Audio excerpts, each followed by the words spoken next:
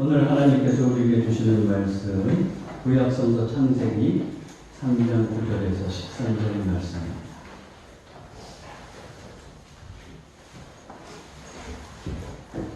이 계시의 말씀을 우리 한 절씩 교독하겠습니다. 여호와 하나님이 아담을 부르시며 그에게 이르시되 네가 어디 있느냐? 이때 내가 동산에서 하나님의 소리를 듣고 내가 벗었으므로 두려워하여 숨었나이다. 이르시되 누가 너의 벗었음을 네게 알렸느냐? 내가 네게 먹지 말라 명한 그 나무 열매를 네가 먹었느냐? 나와 함께 계시는 여자가 나무 열매를 주고 내가 먹었나이다. 다같이 여호와 하나님이 여자에게 이르시되 네가 어찌하여 이렇게 하였느냐? 여자가 이르되 괜히 나를 깹으로 내가 먹었나이다. 아멘. 이제 권종수 목사님 나오셔서 지우는 사람, 지는 사람이라는 제목으로 은혜의 말씀 전해주시겠습니다.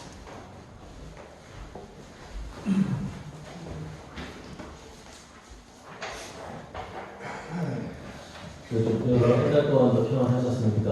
네네. 한 달에 한 번씩 또 출장을 다니느라고 짜시고 그렇게 있는 것 같습니다. 여기서 출장이라 하면 양동 주는. 자, 오늘 지우는 사람, 지는 사람, 뭘 지우는 걸까요? 또 무엇을 지는 것일까요? 자, 오늘 말씀을 함께 나누면서 본문의 배경을 먼저 한번 살펴보려고 합니다. 자, 오늘 이 성경 말씀은 어떠한 내용인가? 하나님께서 세상을 창조하셨어요. 그리고 그 창조하신 가운데 통치권을 누구에게 주셨어요? 통치권을 사람에게 주셨습니다.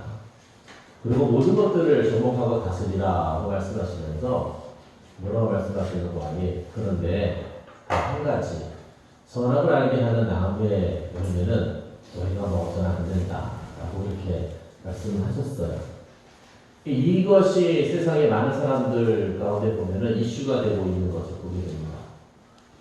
이게 많이 하지 않습니까, 여러분? 왜 하나님께서 하필 그걸 만드셔가지고 먹지 말라 하시고 눈 앞에 두고 왜 그러셨는데 아예 안 만들었으면 그러한 범죄도 일어나지 않았을 건 아니냐라고 사람들이 많이 얘기해요. 근데 거기에 대한 답을 저는 발견했습니다. 자, 사실은 이제 그것도 하나님의 계획이셨다라고 하는 이야기죠. 하나님께서 필요하셨으니까 그것을 창조하셨을 거란 말이죠. 또 필요하셨으니까 그것을 먹지 말라고 하셨다라고 하는 이야기죠. 근데 세상의 모든 창조한 것들은 누구를 위해서 창조하신 거예요, 하나님께서? 당신과 사람을 위해서 창조하신 거예요. 그러면 다 그것도 때에 따라서 쓸 것이 있는 일이 되었다라고 하는 이야기입니다. 근데 사람이 그것을 오해하고 포기하고 또 모르고 행했던 것이죠. 그래서 이 부분의 배경들을 보면서 저는 탕자의 비유를 생각하게 됩니다. 탕자가 뭐라 그래요? 왜 탕자예요? 아버지가 돌아가시지도 않았는데 아버지에게 유산을 달라고 합니다. 후레자식이죠. 예전 같은 거는 그거를 돌팔매 맞아서 죽을 죄입니다. 부모에 대해서. 근데 아버지는 그것을 다 감당을 하십니다. 그리고 그 아들에게 유산을, 재산을 나눠 주십니다. 여러분, 그 아버지가 받을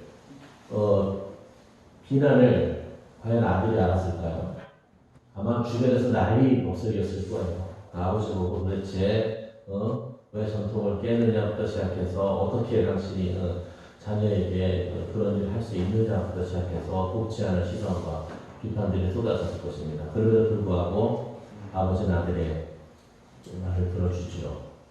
그리고 그 막대한 물려받은 재산을 가지고 아들이 먼 나라로 갔다라고 돼 있어요. 가서 어떻게 됐죠? 쪽박을 샀습니다. 다 해먹었어요. 얼마나 다 해먹었는고 하니 결국은 자기 먹을 음식도 없어가지고서는 돼지 열매로 끼니를 잇는. 그래도 다행인 것은 그 아들이 돌이켜 회개하고 내가 아버지께로 돌아가야 되겠다라고 마음먹었던 것은 그것을 세상에서 가장 잘한 일 중에 하나인 것 같습니다. 여러분, 우리가 로또를 생각하면서 야, 로또 한번 받았으면 좋겠다 라고 하는 생각들을 많이 합니다. 근데 말이죠, 자기가 감당할 수 없는 재물이 자기에게 생기는 것은 여러분 그 축복이 아닙니다. 축복이 아니에요. 여러분 그걸 우리는 잘 기억해야 돼요. 그래서 어느 누군가가 정확한 근거는 모르겠습니다만 통계를 냈다죠. 미국 로또는 다르잖아요, 금액이. 네. 그래서 그걸 당첨된 사람들의 삶을 찾아보니까 97%인가가 불행한 삶을 살았다라고 나왔고요. 그럼 3%는 왜 불행하지 않은 행복한 삶을 살았는가? 이 사람들은 기부를 했어요. 대부분 자기가 가진 것을 여러 단체에 기부를 하고 자기가 쓸 만큼만 가지고 사용했더라라는 것들에 대한 통계가 나와 있습니다. 여러분, 자기가 감당할 수 없는 돈을 가지고 재물이 생겼다고 하는 것은 축복이 아니다라고 하는 것들을 알게 됩니다. 만약에 저 독립하고 싶어요 라고 하는 자녀가 있어서 그래 너 독립해봐라 라고 해서 그에게 막대한 재산을 물려주고 독립하게 한다고 한다면 여러분 그 독립이 독립입니까? 되지 않아요. 결국은 선악과라고 하는 것도 하나님께서 계획이 있으셨고 그리고 하나님의 때에 하나님의 방법으로 그 일들을 또 이루시기 위한 계획이 있으셨을 것인데 근데 여기 문제가 생기게 됩니다. 오늘 누가 나타나요? 뱀이 나타납니다. 우리가 잊어버리는 게 있어요. 사람이라고 하는 존재는 관계적인 존재입니다. 어떤 관계적인 존재예요? 나와 누구와의 관계가 선행이 돼요? 나와 하나님과의 관계가 있어요. 그렇죠? 사람은 나와 하나님과 관계를 맺고 살아가는 존재예요. 사람은 이걸 잊어버려요. 근데 웃기죠? 그 마을호수대 입구에 가면 선앙당이라고 하는 나무 있는 거 여러분 아십니까? 요즘에는 거의 없어졌어요. 근데 제가 어렸을 때만 해도 마을 입구에는 선앙당이라고 하는 큰 나무가 있습니다. 그 나무에는 사람들이 늘 돌을 쌌습니다. 네. 왜 싸요? 잘 되게 해달라고. 보복하고 지켜달라고. 사실 그런 일들을 많이 해요. 어떤 학자를 가르쳐서 그런 얘기를 합니다. 그것은 하나님을 잃어버린 인간이 여기에 하나님이 계신가 저기에 하나님이 계신가 라고 하는 그 DNA가 있어서 그것에 대한 다른 표현이다라고요. 그래서 나무에도 가서 여기에 하나님이 계신가 물명에도 가서 여기에 하나님이 계신가 그래서 결국 그것이 무상 본질을 모르는 거죠. 하나님이라고 하는 존재에 대해서. 사람은 나와 나를 만드신 하나님과의 관계가 첫 번째입니다. 그리고 또 무슨 관계가 있어요? 나와 함께 살아가는 나와 너의 관계가 있어요. 나와 너의 관계. 그럼 이것만 관계냐? 아니요. 하나님의 창조 세계를 보니까 하나가 더 있네요. 뭐가 있어요? 나와 땅의 관계가 있어요. 땅. 사람이 살아가는 삶의 터전으로서의 환경입니다. 땅의 관계가 있어요. 그것만 있는 거 같죠? 아니요. 하나가 더 있어요. 사람들에서 4개의 관계가 있어요. 이 하나의 관계는 눈에 보이지 않습니다. 그래서 잊어버려요. 무슨 관계가 있어요? 오늘 나타나 있는 뱀과의 관계가 있습니다. 요한계시록은 옛 뱀이라 그는 뭐라고 얘기해요? 사탄이라고 얘기를 하고 있습니다. 그래서 이 관계가 계속해서 지속이 된다는 하는 이야기죠. 영적 전쟁에 대한 부분이에요. 우리는 모르고 있어요. 자, 여기에 꾀는 자가 등장을 했어요. 그리고 누구를 꼬십니까? 꼬셨습니다. 그래가지고 뭐를 하나님이 먹지 말라고 한 그 선악을 알게 하는 나무의 실과를 먹게 만들었어요. 여러분, 이 꼬시는 자, 꾀는 자는 어떤 자입니까? 첫 번째 꾀는 자는 부려먹는 자입니다. 지가 안 해요. 저도 궁금했을 거예요. 누굴 내세시키고 있죠? 하와를 꼬셔서 하와를. 또 꾀는 자는 어떤 자입니까? 여러분 어그러뜨리는 자예요. 어그러뜨리는 자. 뭘 가지고 어그러뜨려요? 하나님의 말씀을 가지고 어그러뜨립니다. 하나님이 뭐라고 말씀하셨어요? 동산 모든 나무의 실과는 너희가 먹을 수 있으나 요거 하나만은 건드리지 말아라 라고 얘기했는데 어그러뜨리죠. 정말 동산에 있는 모든 것들을 먹지 말라고 하셨느냐? 어그러뜨리죠. 하나님의 말씀을 어그러뜨립니다. 세 번째, 꾀는 자는 그래서 그 사람으로 하여금 돌아서게 만드는 자가 꾀는 자입니다. 돌아서게 만들어요. 서로 분리되게 만들어요. 서로 헤어지게 만들어요. 여러분, 꼬임을 받은 하와 평상시에도 늘 아담과 다니면서 보고 다니던 선악과의 나무였을 거예요. 거기 그 있었지. 하나님을 기억하고 이런 먹지 말라고 하셨어. 아무렇지도 않았던 것이 뱀이 꼬시니까 어떻게 돼요? 과하게 보이는 거예요. 멈직하고 멈직하게도 보이고 시롭게 할 만큼 탐스럽게 보이게 되는 겁니다. 여러분, 사람의 집착이 여기에 있습니다. 뭐 하나가 사람 마음에 들어와서 거기에 온통 신경이 쓰이게 되면은 거기에 확 꽂히게 됩니다. 사실은 근데 저도 이 꽂히는 것들이 강한 사람이라 뭐 하나에 꽂히면은 여러 가지 탐구 정치를 발휘해서 그것을 거의 뭐 섭렵하려고 하는 어떤 그런 특성이 있기도 해요. 아마 저도 아마 누가 꼬시면 잘 넘어갈 것 같아요. 그런 의미에서 보면은. 지적인 욕구에 대한 갈등이기도 한데, 어쨌든 하와, 여러분, 그 얘기를 듣는 순간 뭐가 돼요? 유혹을 받는 순간 집착하게 되어버렸어요. 거기에 꽂혀버렸어요. 그러니까 하나님의 말씀도 변조하고 다른 생각을 하게 되더라고 하는 이야기입니다. 여러분, 근데 오늘 하나님께서 아담을 부르셨습니다.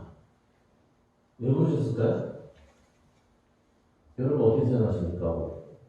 이놈 자식들 저거 따먹었네, 따먹었어 하고 야단치시다고 부르셨을까요?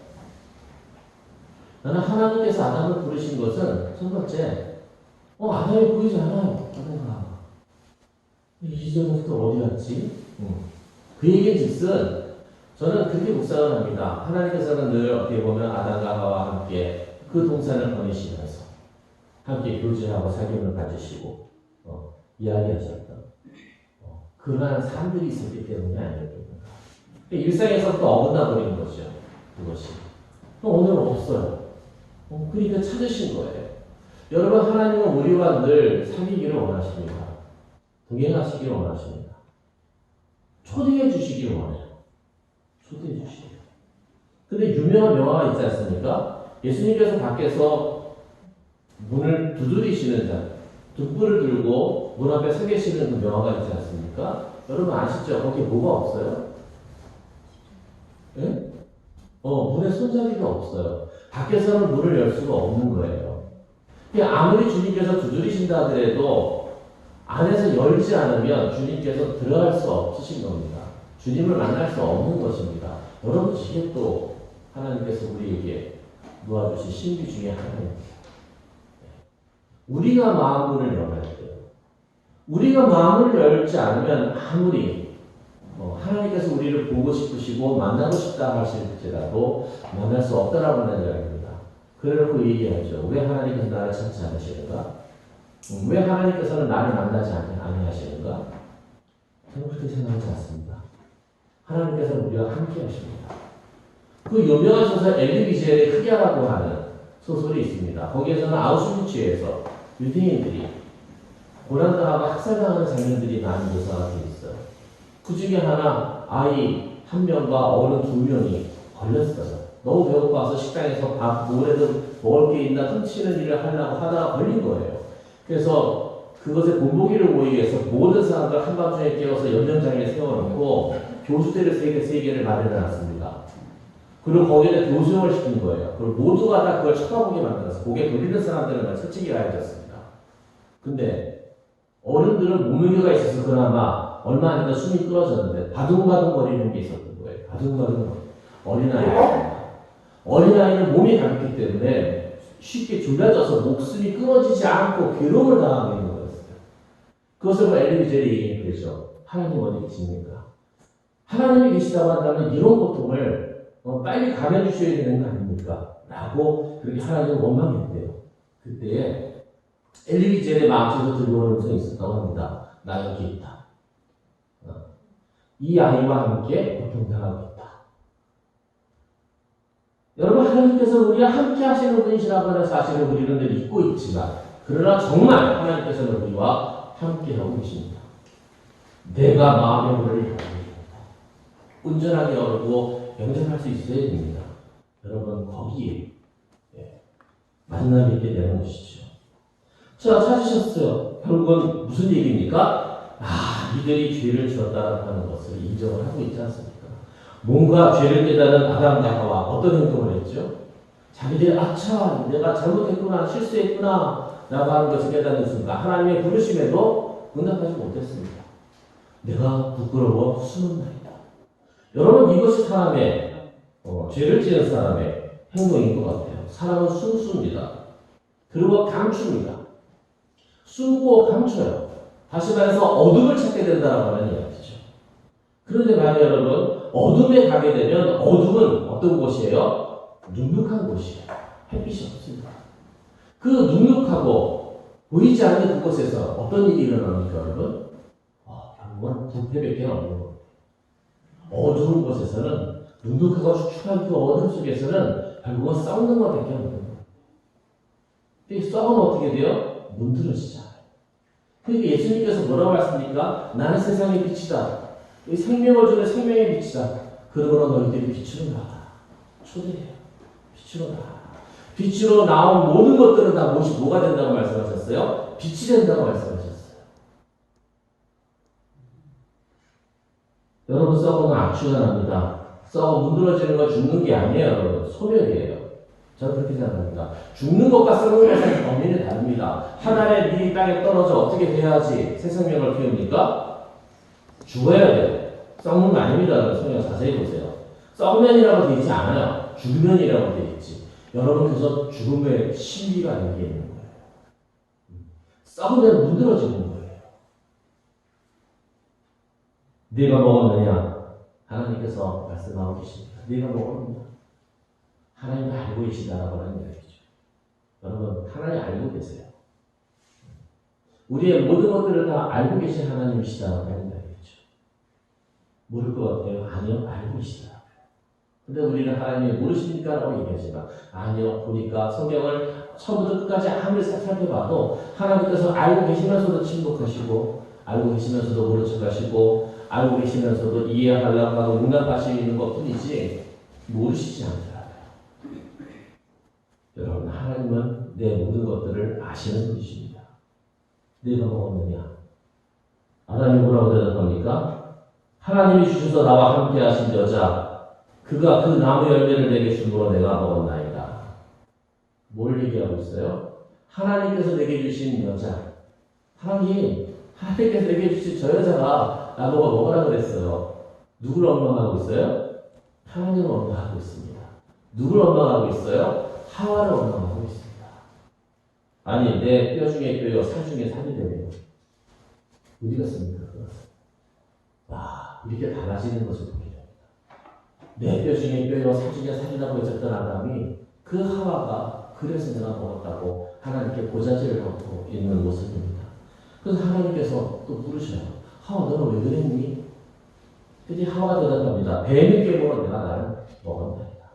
뱀이 꼬셔서 먹은 거예요. 제가 먹으려고 했던 것이 아니에요. 여러분 책임에 대한 아담과 하와가 보이고 있는 태도를 가리켜서 우리는 뭐라고 얘기할 수 있는 거죠?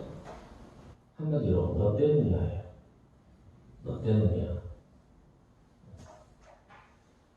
여러분 과연 이 책임은 누구에게 있는 겁니까? 준다고 먹었던 아담에게 책임이 있는 거예요? 아니면 깬다고 먹었던 하와가 책임이에요? 아니면 꼬셔서 먹게 한 뱀의 책임이 있는 겁니까? 오늘 함께 나눈 말씀의 주제는 그래서 지우는 자와 지는 자인데 주제는 책임이라고 하는 주제입니다. 책임에 대한 주제가 민감하게 발생하는 한 예가 있죠. 어디에서 이 현상을 가장 두드러지게 목격할 수 있어요? 저는 교통사고 현장이라고 생각합니다. 접촉사고가 났든 뭐가 났든 처음에 자기가 잘못했대요. 미안하네. 그러고 나서 좀 시간 지나고 나중에 보험사 왔다 하면 달라지죠. 자기 그런 적 없대요. 그래서 요즘에는 뭐가 있어요? 블랙박스가 있잖아요. 그게 하는 역할이 잘 큽니다. 그 증거를 딱 들여다보면 뭐 할 일이 없으니까 두말할 필요가 없는 거죠. 하지만 그러기 전까지는 어떤 모습을 많이 봐요. 그런 적 없대요. 증거가 어딨냐? 그때 가서 얘기를 합니다. 분명 그때서는 자기가 잘못했다고 얘기하고 미안하다고 얘기를 했던 사람이 돌아서면 그렇게 변하더라고 하는 이야기입니다. 여러분, 교통사고 관련해 있어서 책임에 대해서 왜 그토록 민감한 거지요? 왜 이렇게 민감할까요? 여러분, 손익이 왔다 갔다 하기 때문에요. 책임에는 대가가 따릅니다. 그렇기 때문에 민감한 겁니다. 특히나 잘못된 일에 있어서는 더더욱 더할 나위 없겠죠. 그렇다고 한다면 그리스도인으로서 책임지는 삶이라고 하는 것은 과연 무엇일까요? 이 책임이라는 것에 대해서 어떤 태도를 가져야 할까요? 여러분, 오늘 아담과 하와가 한결같이 책임이 자신에게 없고 상대방에게 있다고 정하고 있습니다. 아담은 하와에게 책임이 있다고 하고 하와는 뱀에게 책임이 있다고 이야기를 하고 있습니다. 또 뱀에게 물어본다고 한다면 뱀은 뭐라고 대답을 했을까요? 책임을 지우고 있는 모습들을 보게 됩니다. 책임을 지는 사람이 없어요. 이와 같은 현상들은 오늘날 우리 사회에도 만연해 있는 것 같습니다. 책임을 지우기만 하지 책임을 지는 사람이 없는 것을 보게 됩니다. 여러분, 정말 하와 때문이고 뱀 때문일까요? 그렇다고 한다면 아담은 아무런 책임과 잘못이 없는 것일까요? 여러분, 너 때문에 라고 하는 이 말이 갖는 의미를 우리는 먼저 깨달아야 됩니다. 너 때문에 라고 하는 이 말은 태초, 범죄와 타락으로 말미암아서 생겨난 핑계거리다라고 얘기해요. 책임 전가예요. 언제 태어났다고 이 너 때문에는? 창조 때. 그때 태어난 말이에요, 이게. 그때 태어난 세상이에요. 너 때문에는 여러분 그건 사랑이 아닙니다. 그것은 무책임입니다. 책임을 회피하고 모면하려고 하는 핑계일 뿐입니다. 그래서 사람들은 손가락질 하면서 말합니다. 너 때문이야. 네가 문제인 거지. 그러면 그렇게 말하는 그 사람은 정말 아무 잘못과 책임이 없는 것일까요? 선악과에 대해서 하나님께서 직접 말씀을 받았던 것은 누구였어요? 아담이었어요. 근데 하와는 아담이 창조된 이후에 창조된 게 하와예요. 그렇다고 한다면 하와는 좀 면제가 될 수 있지 않을까요? 근데 그도 그렇게 이해할 것이 아닌 것이 이미 하와도 어떻게 알고 있었어요. 뭐에 대해서? 이 열매를 먹어서는 안 된다. 먹으면 어떻게 된다라는 사실에 대해서 알고 있었어요. 아마도 아담이 설명해 줬을 수도 있고 또 창조하실 때에 하나님께서 하와를 창조하실 때에 하와에게 주셨던 말씀일 수도 있을 겁니다. 중요한 것은 아담도 하와도 모두가 다 이 사실에 대해서 알고 있었다라고 하는 이야기입니다.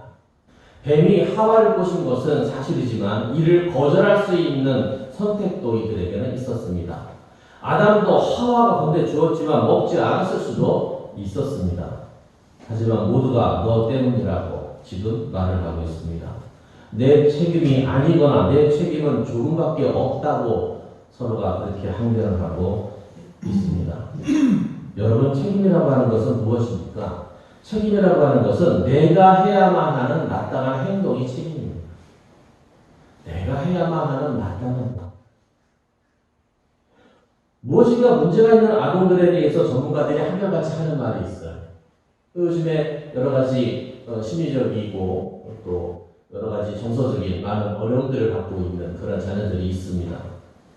그 자녀들에 대해서 그 아동들에 대해서 이 심리 분석가들이 교육가들이 한결같이 하는 얘기는 뭐냐면 이것입니다. 문제 아동이 있는 것이 아닙니다. 문제 부모가 있는 것입니다. 문제 학생이 있는 것이 아닙니다.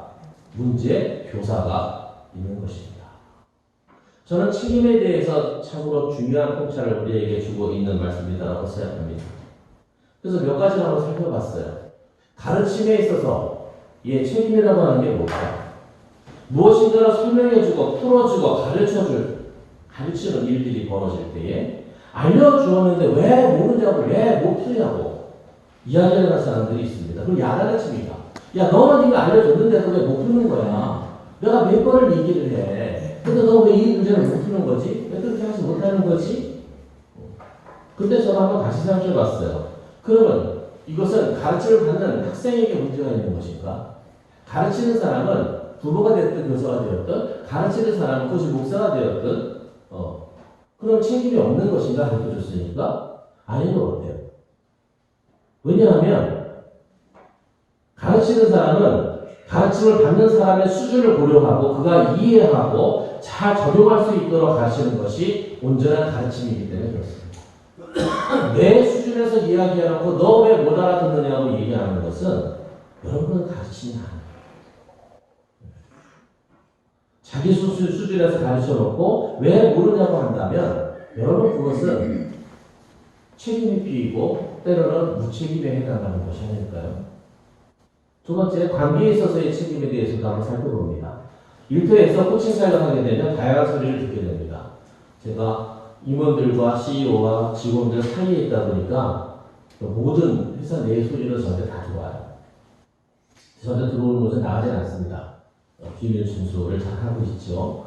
그 가운데 적지 않은 비중을 차지하는 것이 관계에 대한 갈등 부분입니다. 이런 말이 있죠. 회사 보고 입사했다가 상사 보고 퇴사한다. 힘든 것은 일이 아니다. 뭐가 힘들다? 관계가 힘들다. 회사에서 나와 나를 이해해주고 나와 대화할 수 있는 한 사람만이라도 있으면 그 사람은 퇴사하지 않는다. 뭐 여러 가지 이야기들이 있습니다. 상담을 하다 보면 많은 비판과 비난의 소리들을 듣게 됩니다. 근데 공통된 것은 모두가 다 자기중심적이라고 하는 이야기입니다. 그 책임이 상대방에 있다고 그들은 늘 소리쳐 얘기합니다.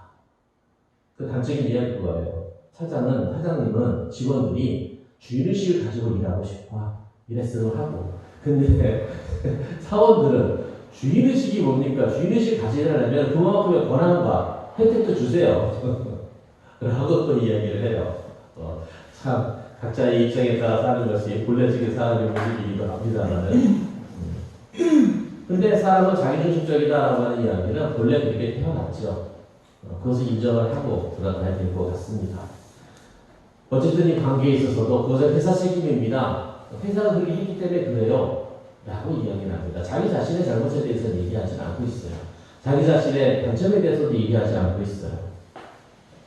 여러분, 부모와 자녀와의 관계에 있어서도 이 책임의 문제가 있는 것 같습니다. 현대 자녀 교육이라고 하는 것은 이전과는 많은 다른 점들이 있습니다. 지식과 정보의 한계가 없다는 것입니다. 모든 것들 다 검색해보고 살펴볼 수가 있어요. 부모님 말씀이면 법의건이 하던 시절이 있었어요. 그거밖에는 들을 수 있는 길이 없으니까. 그런데 오늘은 그 말씀이라고 하는 것을 비교하고 따져볼 수 있는 지식과 정보의 창구가 있다고 하는 이야기입니다. 또 지식과 정보를 이용해서 자기 판단을 할 수 있는 시대가 되었다고 하는 이야기입니다. 똑똑해요. 합리적인 것들을 선택을 해요. 근데 그 똑똑한 것은 온전한 똑똑은 아니에요. 온전한 합리적인 것은 아니에요. 하지만 이 정도가 훨씬 똑똑합니다. 합리적이고. 소위 여기는 이렇고 저기는 저런한데 우리는 왜 이래야 하나요? 라고 질문을 합니다. 그 질문에 제대로 대답하지 못한다고 한다면 내가 하는 양육의 타당성을 갖지 못하는 것이 오늘날 우리들의 세계입니다. 그래도 그렇게 묻는 아이라고 있으면 대화가 됩니다. 더 어려운 것은 묻지 않고 있는 아이입니다. 묻지 않고 자기 스스로 임의적인 판단을 내리는 아이가 사실은 더 힘이 듭니다. 임의적인 생각과 판단은 자기의 생각이기에 한계를 갖고 온전치 않기 때문에 그렇습니다. 그것이 옳다고 여기고 부모의 말이 틀리고 자기를 이해해주지 않는 것이라고 단정해 버린다고 한다면 그 갈등을 회복하는 데는 상당히 오랜 시간이 걸리고 오랜 상처가 남게 될 것입니다. 언젠가 그가 스스로 깨닫게 될 날이 있긴 하겠지요. 하지만 그 기간까지는 모두가 다 상처를 안게 되더라라고 하는 이야기입니다. 여러분, 이 자의적이고 임의적인 자기 똑똑의 한 예가 신문에 보도된 적이 있습니다. 뉴스에 보도된 적이 있습니다. 공정과 공평이라고 하는 주제를 소원하는 MZ세대들, 그 가운데 어떤 한 사람이 공무원이 되었어요. 그래서 그 공무원이 되어 회사에 취직을 해서 일을 하는데 점심시간 점심을 먹지 않고 그 시간에 열심히 일을 했다고 합니다. 그리고 8일 경과 후에 자기 팀장을 찾아가서 그런 얘기를 했대요. 팀장님, 저 점심시간에 점심 먹지 않고 일을 했습니다. 노동을 하고 8시간 노동을 했으니까 하루에 연차로 보장해 주세요. 어떻습니까? 어떻게 해야 됩니까? 네?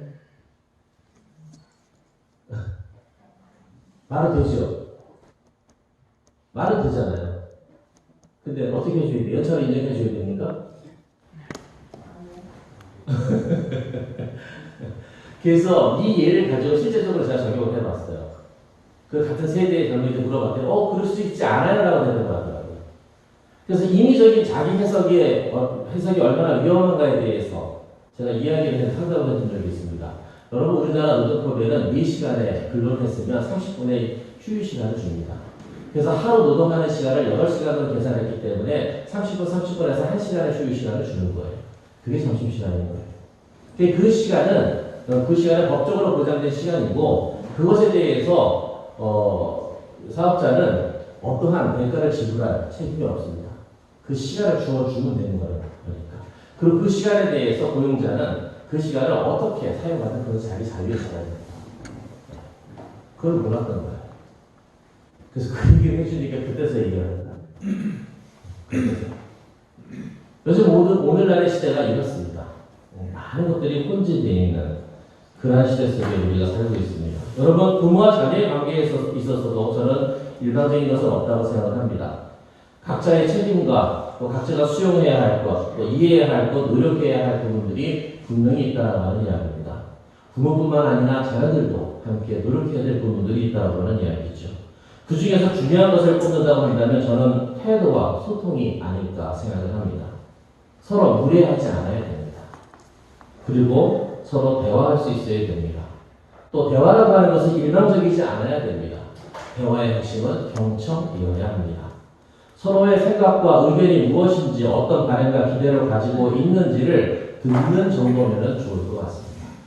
거기에서 솔루션에 대한 제시는 없는 것이 오히려 더 지혜로울 것 같습니다. 여러분, 우리는 알아야 됩니다. 이처럼 이 예에서도 모든 사람들이 다 자기 책임을 갖고 있다라고 하는 사실에 대해서 제가 설명을 드리기 위해서 3가지 예를 들었어요. 하지만 우리가 알아야 될 것은 무엇이냐면 너 때문이야, 내가 문제야 라고 하는 외침은 타락의 결과였고 사탄의 꼬임에 넘어간 인간이 자기 책임을 회피하기 위해서 만들어낸 핑계라고 하는 사실입니다. 여러분, 그럼 우리는 어떻게 해야 될까요? 예수님의 음성을 듣습니다. 주님께서 이렇게 말씀하셨어요. 너는 내 눈 속에 들어있는 들보를 보지 못하면서 어찌하여 형제에게 말하기를 형제여 나로 내 눈 속에 있는 티를 빼라 할 수 있느냐. 의식하는 자여 먼저 내 눈 속에서 들보를 빼라. 그 후에야 네가 밝히 보고 형제의 눈 속에 있는 티를 빼리라. 우리가 한 주간 명심하기를 원하는 말씀입니다. 우리가 한 주간 늘 생각하며 묵상하기를 원하는 말씀입니다. 여러분, 나는 자기 한계, 자기 문제를 가지고 있는 사람이라고 하는 것을 우리는 먼저 인정해야 됩니다. 두 번째, 나는 내 중심으로 표현하고 내 중심으로 말하는 사람이다라고 하는 것들도 인정을 할 수 있어야 합니다. 그러면 어떻게 해야 될까요? 첫 번째, 나에게도 잘못이 있고 책임이 있음을 인정하며 자기 반성과 자기 성찰을 했으면 좋겠습니다.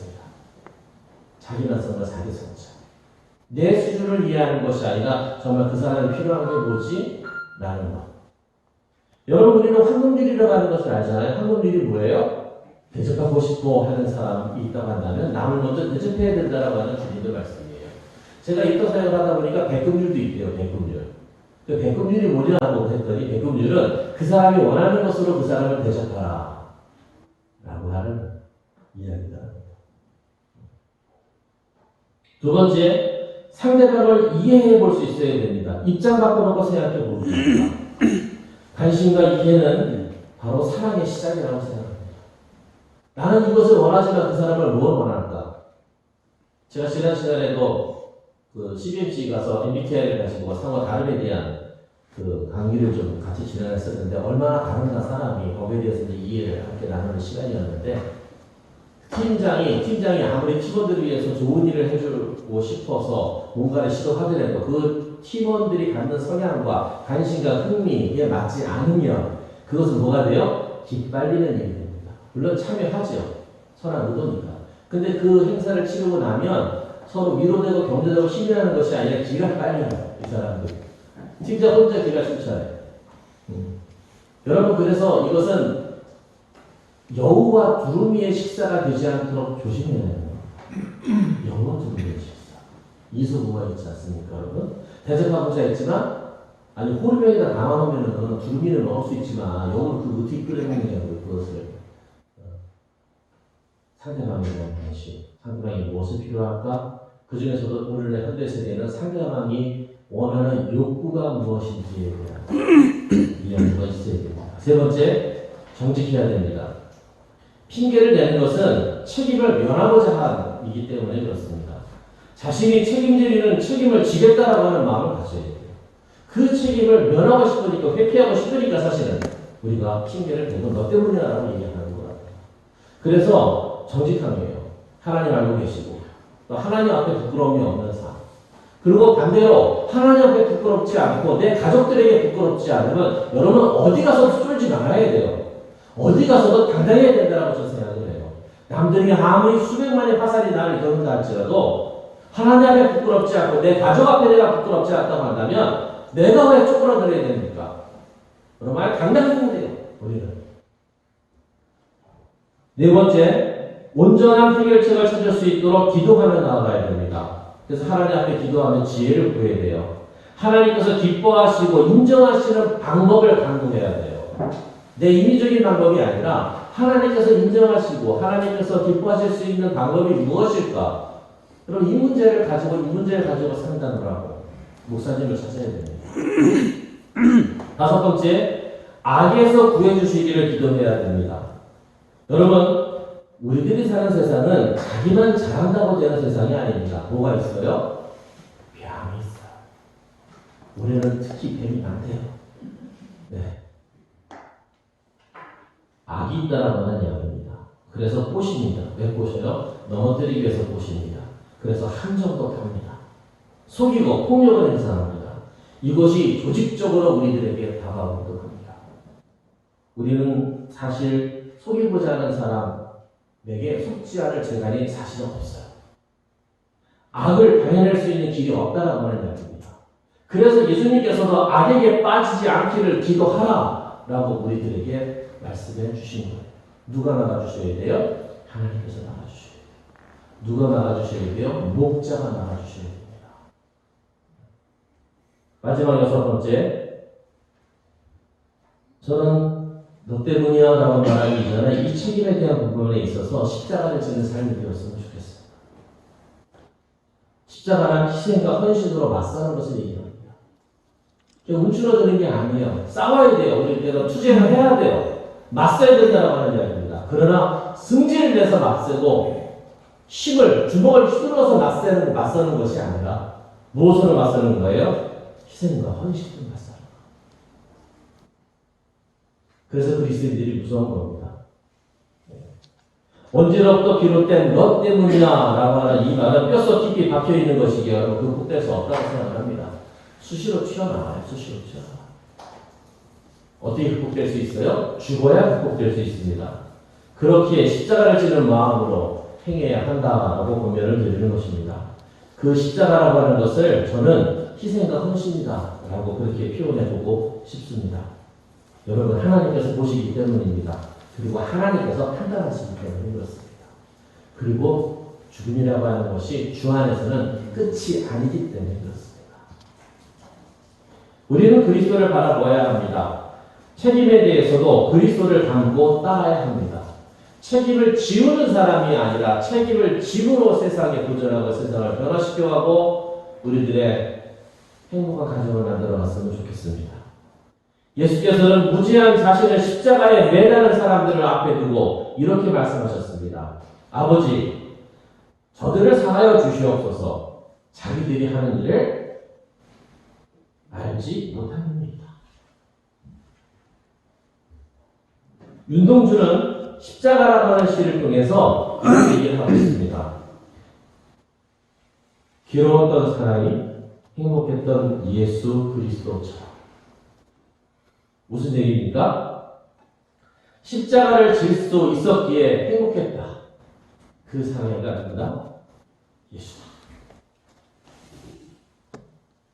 너 때문이야는 언제로부터 비롯된 자기 핑계임을 알아야 합니다. 그리고 너 때문이야라고 하는 말은 잘못을 상대방에게 전가하는 정죄라고 하는 사실도 깨달아야 합니다.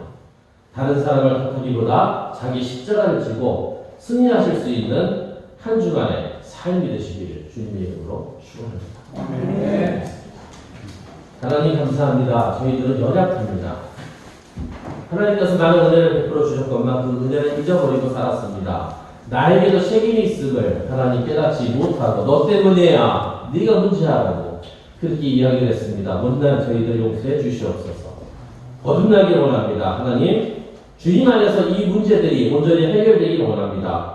그래서 살아계신 하나님을 경험하길 원하고 하나님께 우리가 있는 문제로 말미암아 넘어지는 것이 아니라 그 갈등으로 말미암아 저희들이 속상해하는 것이 아니라 하나님께 감사와 영광의 찬양을 돌리기 원합니다. 주님, 불쌍한 저희들을 받아주시고 불쌍한 저희들에게 은혜를 베풀어 주시옵소서.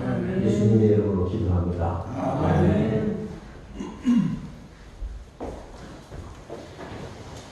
네, 찬송가 아이오나셔서 찬송가 211장 1장을 부르면서 성경 보관하는 시간.